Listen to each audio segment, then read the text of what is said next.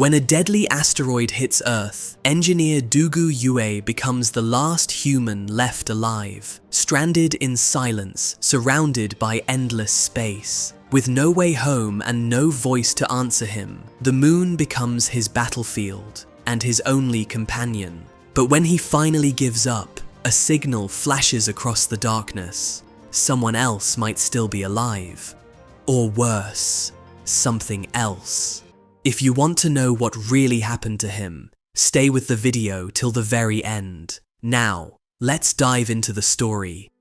The film begins with a man named Wei seated inside a rocket, preparing to travel to the moon. At the same time, a gigantic asteroid named Pi hurtles toward Earth. This asteroid is even bigger than the one that wiped out the dinosaurs. To save humanity, scientists create a plan centered around a lunar base, the same base where Wei is headed. Astronauts stationed there are tasked with building powerful weapons that can destroy the incoming asteroid. Their idea is simple. Once the asteroid is shattered, the moon's gravity will pull the debris away from Earth. After 8 years of intense work, the mission is finally successful. With their job complete, Wei and his team get ready to return home. But before leaving, Wei wants to confess his love to his commander, Jing. For this, he goes back to his room, puts on his headphones, turns on some music, and begins writing a heartfelt letter. Just then, another astronaut named Ju rushes to Jing in panic. He reports terrible news. Some fragments of the destroyed asteroid have changed trajectory and are heading straight toward the moon base. They will hit in less than 30 minutes. The moment Jing hears this, she orders everyone to evacuate immediately. Astronauts sprint toward the rockets, boarding them one by one. But Wei, lost in his music and focused on his love letter, doesn't hear the alarms. A few minutes later, he finally notices the first rocket launching and realizes something is terribly wrong. He rushes out and sees that 6 rockets are still on the launch pad. Relieved, he runs toward them, but suddenly 5 rockets launch at once, leaving only one behind. Wei tries contacting his team, but fails. With no other choice, he jumps into his rover and speeds toward the final rocket. Unfortunately, a deep crater lies ahead. The rover crashes straight into it. By the time Wei climbs out and reaches the launch pad, the last rocket has already blasted off.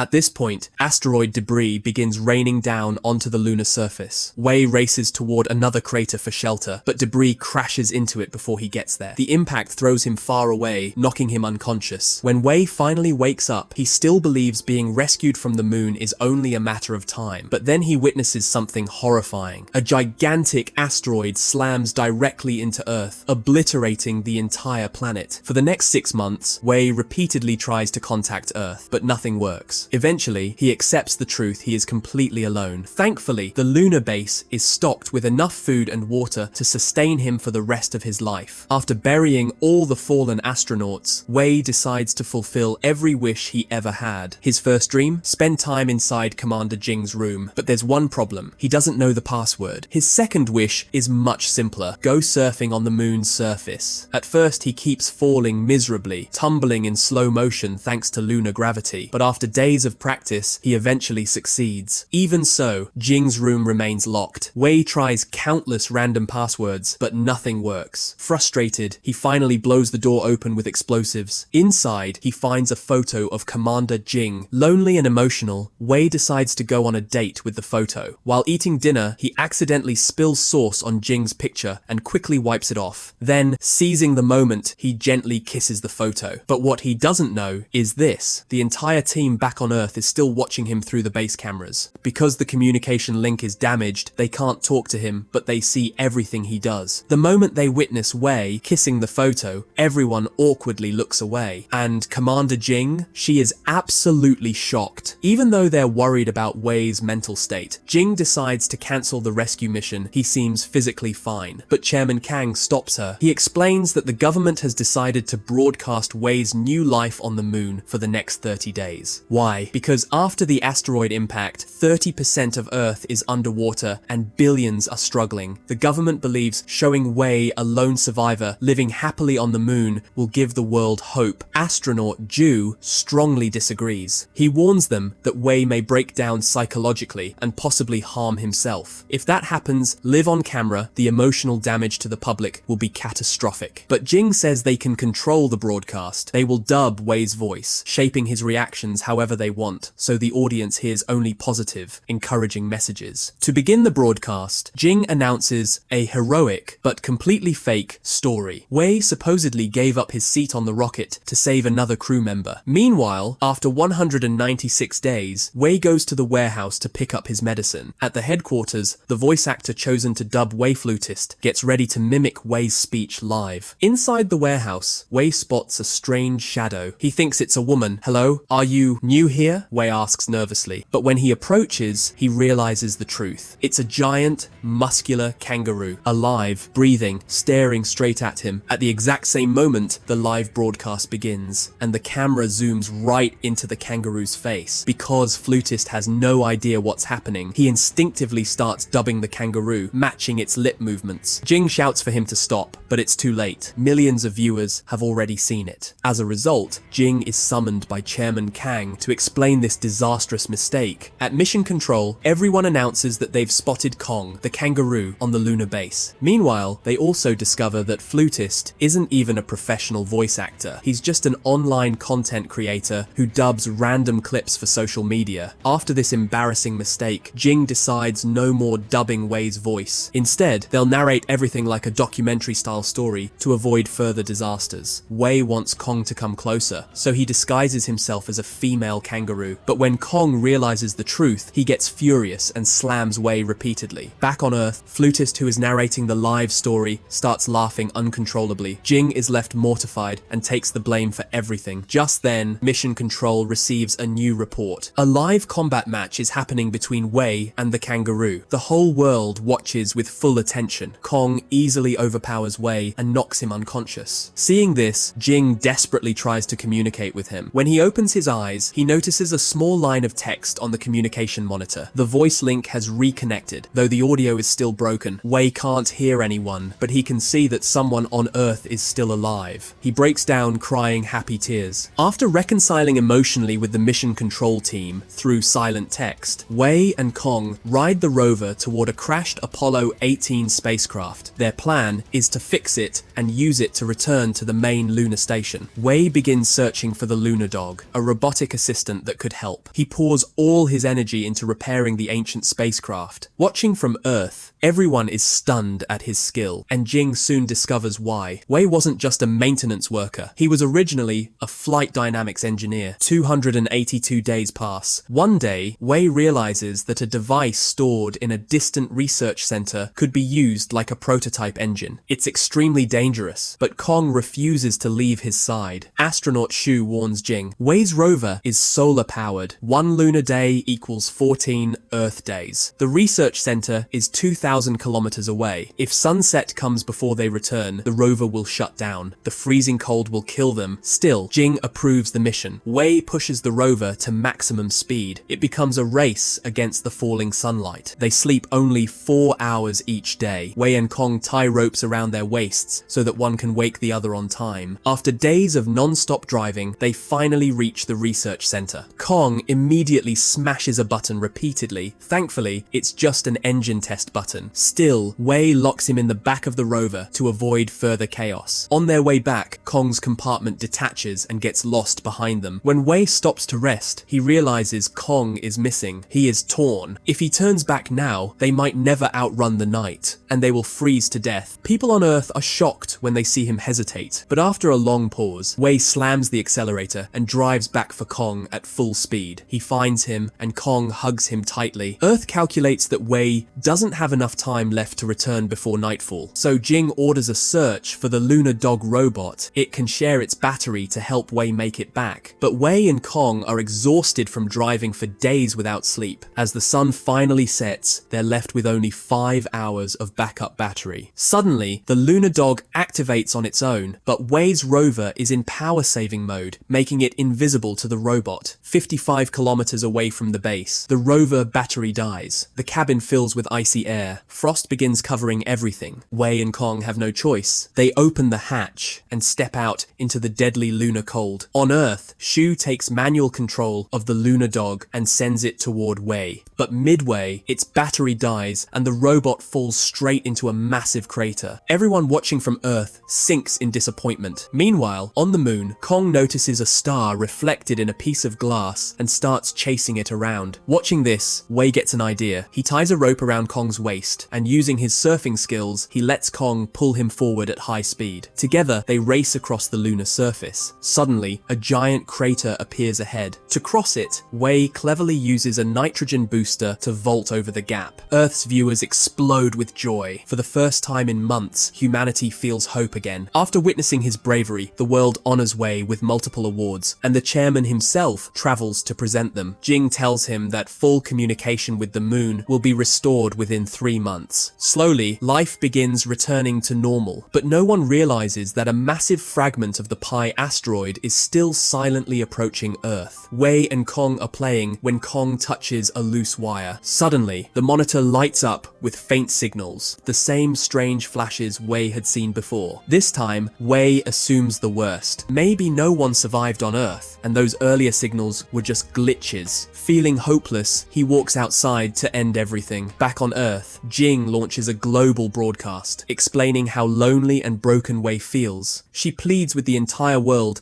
to shine their phone lights and flashlights toward the sky. At that exact moment, Wei takes off his helmet and sees millions of lights sparkling from Earth. He collapses into tears. Wei rushes back to the base. This time when he presses the communication button, he can finally hear everyone and see them clearly. The team tells him about the live show they've been broadcasting about his life. Wei stays quiet until the others push Jing in front of the camera. The moment Jing says hello, Wei bursts into the happiest smile of his life. For days, engineers on Earth help Wei finish fixing the spacecraft. One night, alone with Jing on the monitor, Wei confesses something. He joined the maintenance department only because of her. He had no interest at first, but when he once saw her walk past, his heart melted instantly. Jing blushes and admits she saw him in the rocket that day, and regrets not waiting for him. Neither of them notices that the remaining Pi asteroid fragment is rapidly approaching Earth. Wei and Kong are finally ready to return home. With the team's guidance, they successfully launch the repaired spacecraft. After 923 days, they finally reach the lunar space station, but Shu calls an emergency meeting. He reveals the truth. A giant Pi asteroid fragment is heading straight for Earth. Everyone believes only one person can save the planet: Wei. His modified Apollo 18 now functions as a missile capable of destroying the asteroid. Jing rushes into the control room and stops the live stream, but it's too late. Wei has already heard everything through his old headphones. Wei explains the situation. The missile has no engine. That means he must manually guide it into the asteroid. He must strike the asteroid and escape before detonation, but the chances of survival are almost zero. Still, Wei agrees, because the fate of Earth now rests on him. He tells Jing, "If I don't make it, please find someone who makes you happy. Don't spend your life grieving for me." Everyone is ordered into underground bunkers. Wei straps Kong into an evacuation pod. Kong refuses to leave his friend, but Wei forcibly secures him. Then the two friends part ways. Wei begins his solo mission. Meteor rocks smash against the spacecraft. One large impact sends the ship spinning violently. To stabilize it, Wei ejects his own cabin, saving the missile, but losing his engine. Jing warns him the asteroid will pass dangerously close. She begs him to retreat, but Wei only says, "Think about saving Earth, not about me." He tilts the spacecraft toward the asteroid and restarts the live stream. He thanks everyone for supporting him. Then he says, "I always wondered if the ones in front or the ones behind would die first. Maybe the safest place is the middle. But today, I stand between Earth and the asteroid." He begins singing Jing's favorite song as he speeds toward the massive rock. Tears flow across mission control. As the asteroid comes close, Jing hesitates to press the detonation button, remembering all her moments with Wei. Wei reminds her gently, "Do your duty." Seconds later, a massive explosion lights up the sky. The asteroid breaks into thousands of small, glowing fragments. They fall toward Earth like shining meteors. Kong watches them with tears in his eyes. A young boy tells his sister, "Tonight, in our moonman's honor, we're allowed to sleep under the stars." A decade of hard work work restores Earth. The new chairman of the space program, Maisie, announces humanity will return to the moon. Jing prepares for her mission. As she steps onto the lunar surface, she sees traces of Wei's life everywhere, and tears fill her eyes. Looking toward Earth, she says, 10 years ago, when that asteroid exploded, its fragments formed a ring around the planet. A ring that will forever remind us of our Moon Man. And this is where the story ends. Thanks for watching. I really appreciate you spending time here. If you found this helpful, please like the video and subscribe for more every week. Turn on notifications so you don't miss the next upload.